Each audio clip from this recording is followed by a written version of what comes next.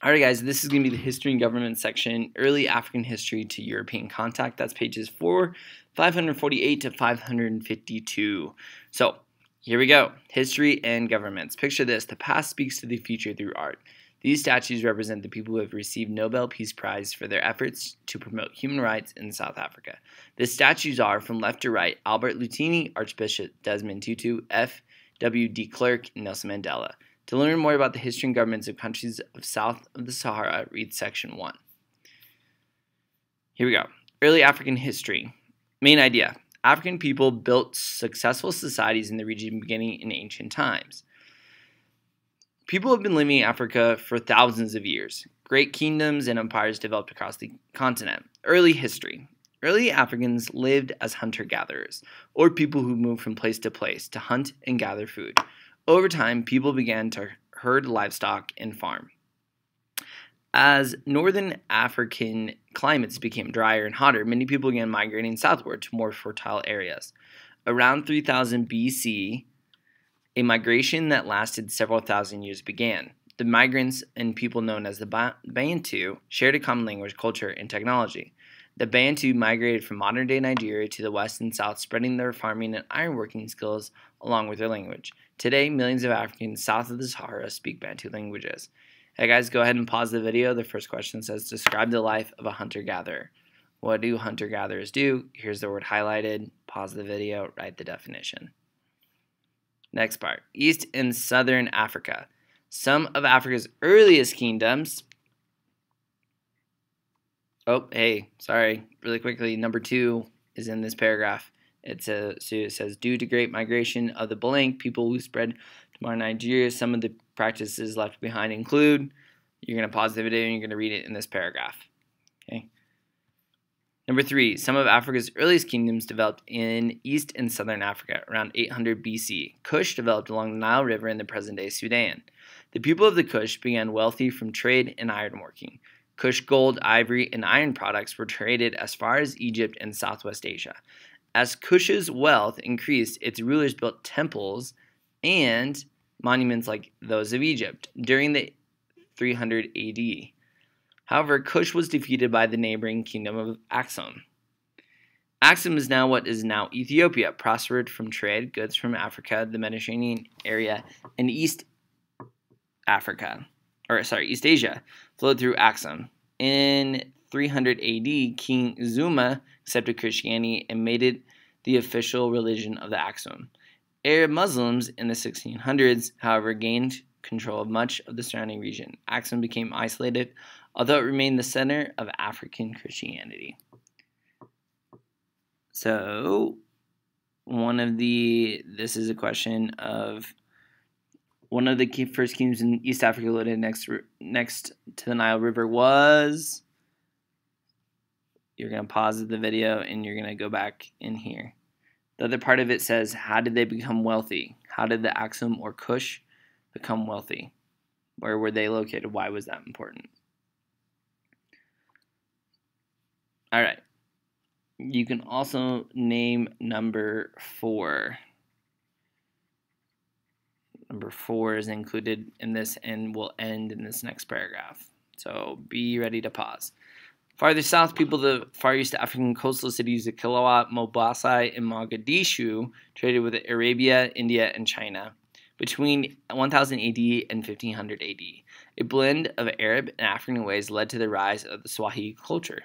Another empire, is known as the Great Zimbabwe, arose inland in southeastern Africa during the 1400s. Zimbabwe supplied gold, silver, and ivory to the East African countries. West Africa trading empires. As Figure 1 shows, 3 trading empires emerged in West Africa from the 800 ADs to the 1500s AD. Ghana, the earliest empire, controlled the trade between the Sahara and the West African rainforests. Over these routes, traders brought salt and cloth, exchanged them for gold.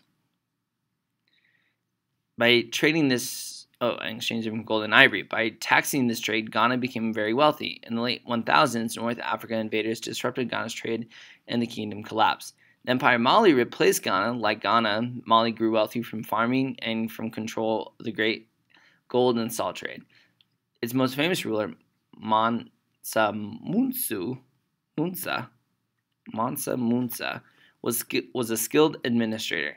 During his rule, Timbuktu became the center of trade, education, and Islamic culture.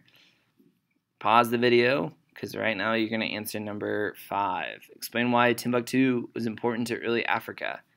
Why was Timbuktu important to early Africa? In the 1400s, the kingdom of Songhai took over Mali. Muhammad Tour was the most famous Songhai leader. Like Mansa Musa, he was a follower of Islam. In the 1600s, invaders from North Africa defeated Songhai, ending their empire. European contact. After 1500s, increased contact with Europeans led to great changes in Africa south of the Sahara. In the 1400s and 1500s, Europeans began trading with African societies. Merchants from Portugal set up trading posts along Africa's west coast, and traders from other countries soon followed. The arrival of Europeans in Africa and Africa south of the Sahara dramatically changed the region. Number 6. Answer number 6 here. It says, where or who were the first Europeans to set up trade ports in Africa? Pause the video. Answer number 6. Number 7. The slave trade. One of the many changes was the growth of the slave trade. Europeans did not introduce slavery or slave trade to the African continent. For centuries, African rulers had enslaved and traded prisoners. Arab traders had brought enslaved Africans to the Islamic world since 800 AD.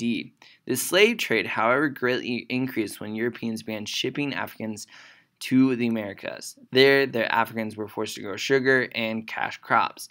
In Africa, African traders, armed with European guns, seized captives and delivered them to the European trading posts on the coast. European traders then shipped and captured people across the Atlantic Ocean to be sold into slavery. Between about 1500 and the late 800s, nearly 12 million Africans were sent to the Americas. For Africans, the slave trade brought great suffering. Millions of people were torn from their families, homes and families. Entire villages disappeared. Local economies collapsed and kingdoms weakened. European rule. By the 1800s, many Europeans had decided slavery and slave trade should be stopped. When Britain declared the slave trade illegal, other countries followed its lead.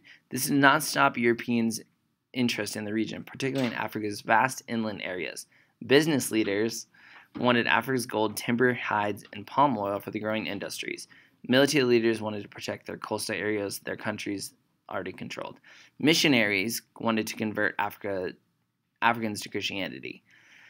Beginning in the 1800s, Europeans such as Britain, France, and Germany set out to claim Africa south of the Sahara for economic benefit and political advantage.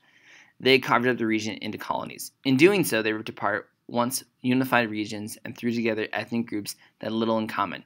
European armies with advanced weapons defeated Africans who resisted the takeover. By 1914, almost the entire region was under European control. The only territories free of European rule was Ethiopia and Liberia.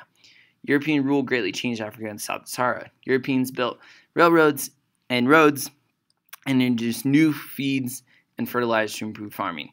They provided some Africans with European style of education and Medicare. A chief goal of Europeans, however, was to export Africa's raw materials to help their own economies. As a result, few industries were established in Africa, and the region remained largely undeveloped. In addition, Africans faced many hardships in their own lands. Africans had fewer rights, economic opportunities than the Europeans who lived there. Many Africans were forced to work in the harsh conditions in the mines.